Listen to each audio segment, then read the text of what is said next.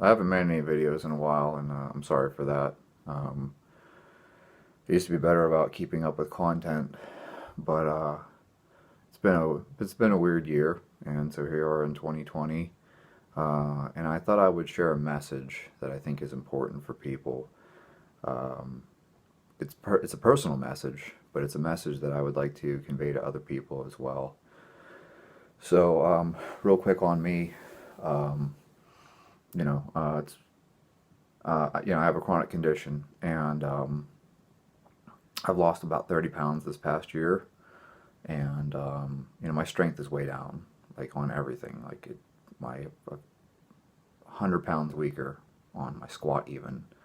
Um, like everything's just going down, and the thing that I want to convey to people though, and this is really important. There's actually a presentation by Dr. Doug McGuff, and it's the IMHC, I think is what it is. I think I got the letters in the right order. IHMC YouTube channel. Watch the one on Doug McGuff where he talks about the importance of like resistance training. Um, so here's my point that I want to share with people, and it's a personal thing.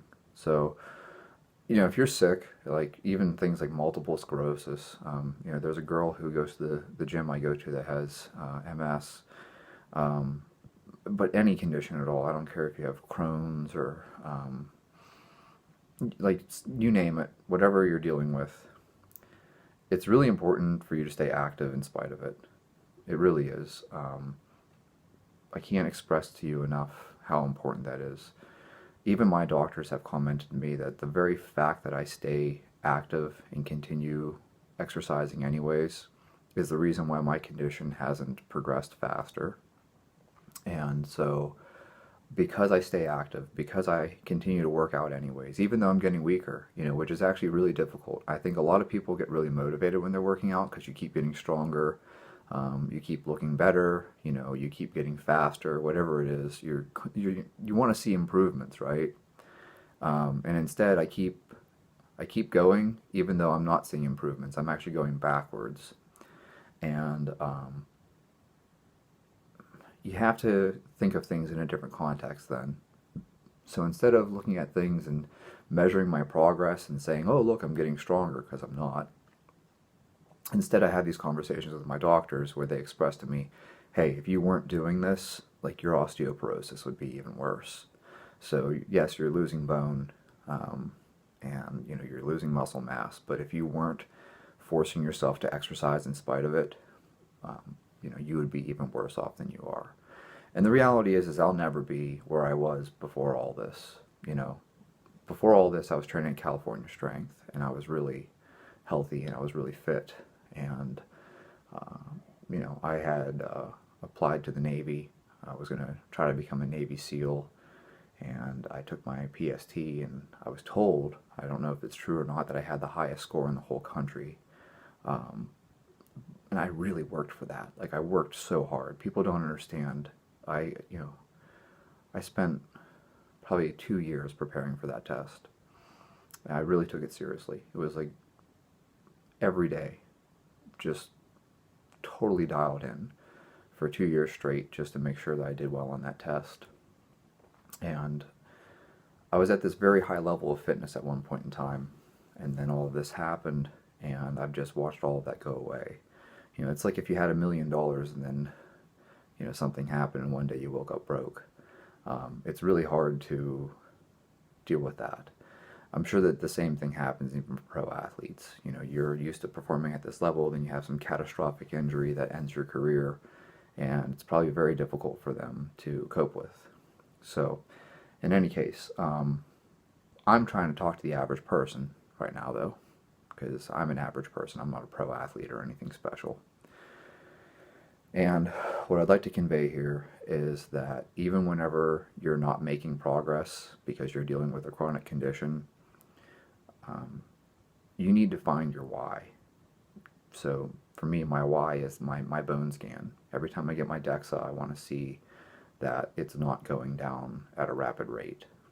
And if it is the same from one scan to the next, like that actually makes me happy. As far as I'm concerned, that's actually progress, because if I wasn't trying to lift weights, if I wasn't trying to be fit, it would be going down each time. So actually staying still is good news.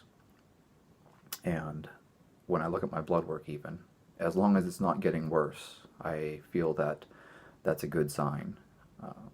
My battle is to try to maintain. I'm not trying to make progress, I'm just trying to maintain. And for those of you out there who are dealing with whatever conditions you might have, even if you have a migraine condition or you have a seizure condition or anything like that, staying active is important. I'm not telling you have to lift weights. I'm not telling you have to run. I'm not telling you have to do cardio. I'm not telling you which workout to do. Find one that works for you. Find one that fits your needs. That's the best workout for you. The one that you can stick to, the one that you can do regularly and stay active, stay moving, that's the best workout routine for you. And as far as diet, believe me, I've tried every diet intervention you can think of trying to improve my health, and none of them seem to be working, but that doesn't stop me from trying. I'm always trying to improve things. I see gastroenterologists and rheumatologists, and I'm constantly trying to improve things. Even small improvements are something. And the reality is that sometimes there isn't going to be a perfect diet where you're back to normal. And that's something I've had to deal with. That's been really hard for me to deal with, actually. I ask myself that question all the time. Am I ever going to be normal again? Am I ever going to be okay again? Am I ever going to be healthy again? And, as my doctor pointed out to me the last time I was in, this is permanent. Like, this isn't going to change.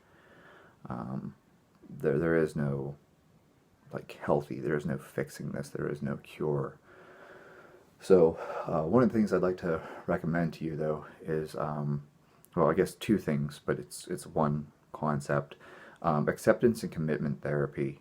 So there's a book by Stephen Hayes. It's called Get Out of Your Mind and Into Your Life. It's a workbook. I highly recommend it. I think everyone should just go out, buy it, and read it. I think it'll really help you. And then for those of you who are dealing with chronic pain, I was placed into the pain management program at UPMC, and the pain psychologist actually uses acceptance and commitment therapy to help people. This is for patients who have pain that can't be resolved by medication. And one of the books that I came across that really helped me is called Living Beyond Your Pain. It's another workbook type thing. Stephen Hayes actually also wrote the foreword to that book, I believe. And that's another really good one for people to access and work on themselves. Like I said, there's a lot of psychology involved, and this is a new chapter of my life that I've been dealing with, because at one point in time I was a high performer, and now I'm not, and that's not an easy thing to deal with, because it's part of your identity. So you kind of lose your identity a little bit when you become sick. And it becomes a new identity, and no one wants to be labeled as being sick or disabled or anything like that. No one likes those labels, but unfortunately that is the reality of the world that we live in sometimes, is that we are sick and we're not going to get better. So what I'd like to communicate to people, though, is that the best thing for you is to find some activity, any activity that you can do on a regular basis, and also pay attention to your diet. Don't just give up. I know that that's easier said than done. Believe me, there are days where I'm like, I just want to give up. I just want to eat ice cream and candy and just give up and not make any effort anymore. And I don't do it, but the thought crosses my mind. It really does. It crosses my mind. I don't want to exercise anymore. I don't want to watch what I eat anymore. I just want to sit on the couch, watch TV, and do nothing. And I recognize that if I did that, my condition would get even worse. So don't stop living your life. Find an activity, any type of exercise, especially resistance training. Watch the Doug McGuff presentation. It's really important that you include resistance training. It'll help you in the long run. And keep fighting, keep striving. and find a diet that, even if it isn't perfect, something that works and improves your blood work. Work with your doctors, trust your doctors, they want to help you. I have found that every doctor I come across is just unbelievably helpful, because I choose to work with them. That's the big important thing. A lot of people have bad experiences with doctors, and I think it's because doctors tell them things that they don't want to hear, and so then people are non-compliant. But if you're compliant and you work with your doctor, I think you're going to get better results. And if you can't find a doctor who's willing to work with you, change doctors. Believe me, I changed doctors multiple times before I found doctors who were really, truly interested in my best outcome. So that's my advice to you. My advice to you is that the best diet is the one that improves your health. I don't care if you follow a ketogenic diet, paleo diet, whatever diet you want to follow, DASH diet, Mediterranean, whatever you end up arriving at, create one of your own.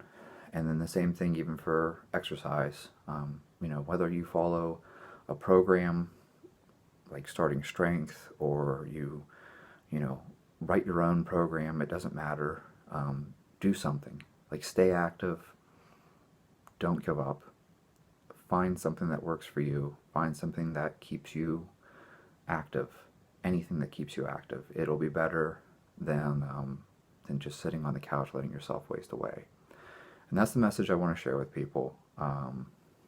Reach out to me. You guys can comment below if you have experiences of your own, things that have helped you. I'm always interested. And I'm not a psychologist, so I can't help anyone. I'm not an MD. I can't give you any advice that necessarily would be specific to anyone. But what I can tell you is that the things that have helped me have been reaching out to my doctors and working with them, and also pursuing acceptance and commitment therapy on my own. It's called ACT. And I find that acceptance and commitment therapy, I even did Russ Harris's The Happiness Trap. It's an online program. I did that as well. And it really helped me get my head into a good place where I was able to keep pushing through even though I was going backwards. And so that's what I would just want to share with people. I just want other people out there to know that you're not alone in this. It sucks. I'm not going to sit here and lie. It sucks. And I just want to share those resources. I hope they help someone else.